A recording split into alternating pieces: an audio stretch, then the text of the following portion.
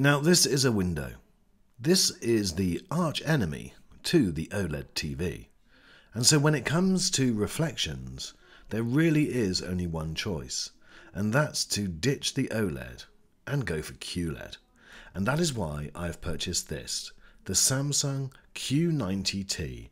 It, without doubt, is the best TV to handle those pesky reflections. Don't forget to hit the red button to subscribe and give this video a thumbs up and click the notification bell to get my next video first. So as you can see, those patio doors that I just showed you are completely opposite this TV. And if this was an OLED, it would be like looking into a mirror. The TV is off at the moment, but you can still obviously see some reflection. There is not a TV that has been created which will not have any reflection at all, but this does a pretty good job. So the reason for making this video is to get you to think more about the environment that you're going to be putting your TV into, rather than just the TV that you think is the best TV for you to purchase. So this room here, for instance, I did have my OLED up on this wall, and it was an absolute nightmare. This room is a south facing at the rear where those doors are, and the window that you can see here is a west facing window. And this means that sun comes in right throughout the afternoon, right through the rest of the day.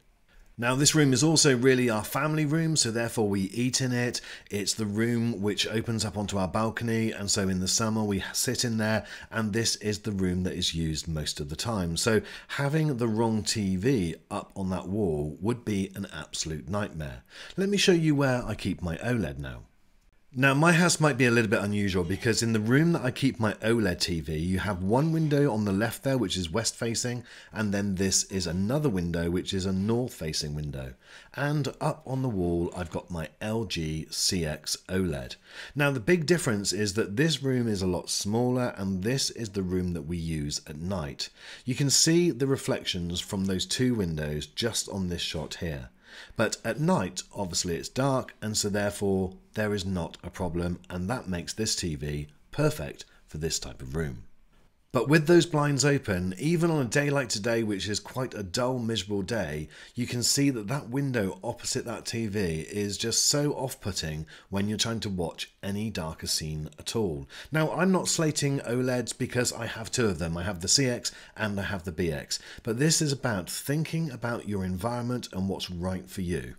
And just for complete balance and transparency, there is not a better picture that you can get from an OLED in a dark room. As this shows you, it is absolutely brilliant when the lights are low, or the blind is shut and there's very little light in that room. Now this is that same shot of that Sonos speaker in the front room with those patio doors directly opposite, and the camera is showing that in the background. And can you see how different the picture is? Yes, you can still make out a slight reflection, which you will do on any TV, but it is amazing the difference. Now some people have said that it can produce a sort of rainbow effect because of that anti-glare layer which they put over the top of the TV. Now some people may be more susceptible to that than others, but for me, in my test with this TV with those doors opposite, as you can see, there's nothing really that noticeable about it. Yes, you can still see the light which is on, which is the two orange little marks right in front of the TV, and it does almost like stretch out over the TV, but it doesn't take anything away from the picture. So this is really about your environment, what room you're going to be putting your TV in, and making sure you make the right decision. So we've talked about daytime reflections, but what about nighttime reflections? Because the OLED is also susceptible to that. And again, it will depend on how you like to watch TV. If, for instance, you're happy to have all of the lights off and there'd be no issue, well then great. The OLED will deliver the best picture, without doubt. But if you're in a lighter room where you've got lamps on, for instance, well then you can still have the same problem. Back with the CX now, we have the one lamp on the left there, which we turn off at night because that definitely reflects into the TV, as you'll see when I pan round. The TV's obviously off at the moment, but you can see that lamp very clearly, and you can even make out my Sonos surround speaker there. So I'll just leave that on just to show you that you can still make it out in a darker scene. It is still very, very obvious, that lamp being there. So you do need to turn it off. Once you do that, obviously, as we've spoken before, the picture is phenomenal. And it is really only in those darkest scenes that you notice it. Here, when the scene is a bit brighter, you can just about make it out, but you certainly wouldn't notice it too much of a problem. We're back now in the main room with more light, a lot more lamps, and as you can see, similar time of day. Literally I've gone from one room to the next, and you'll notice that it's hardly noticeable at all on the anti-reflective coating with the Samsung Q95. You can just about make out that orange dot, but it's very, very minor. One more thing that you need to consider if you've got a bright room is the level of brightness that that TV naturally produces. This is called the nit level. Now, QLEDs naturally produce higher nit levels, and it will be significantly higher than the majority of the OLEDs out there. And this will be far higher than on the LG OLED that I've got in my other room. This means if you have got a bright room, then it's a lot easier for this to deliver a punchy, bright image.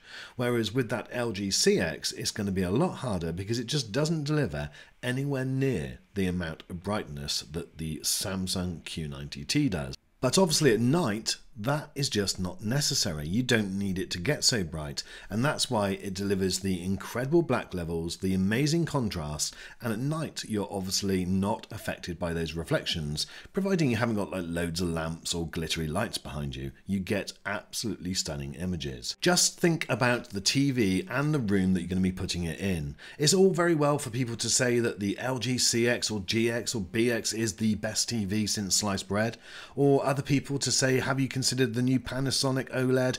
That is actually the best TV ever. But there's other things that you need to consider, and it's which TV works best in your environment.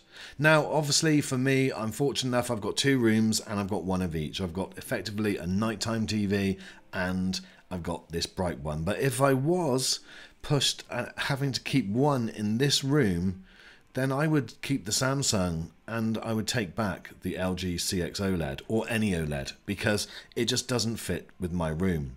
I like to watch a lot of daytime sport, and again that would then be a problem in this room. I don't really want to sit in a room with all the blinds closed and the curtains closed during the day. But guys, let me know what your thoughts are. What TV, if you only had to get one, would you go for? Would you go for this, the OLED, and just deal with those reflections, or close the blinds, close the curtains, and just watch it like you're in a cave? Or you may just have a room which is just well suited and doesn't have any of those issues. But for most people, they do have to think about other things other than just the image that the TV delivers in perfect circumstances. Because without a doubt, if there wasn't any issue with any reflection, well then the OLED would definitely be the one that I would choose. And that's why at night I always go into that room and watch it in complete black darkness where there is no issue with reflections. But at any other time, this is the TV that I look at, the Q90T. Guys, thank you so much for watching this video. I do hope it's given you some food for thought,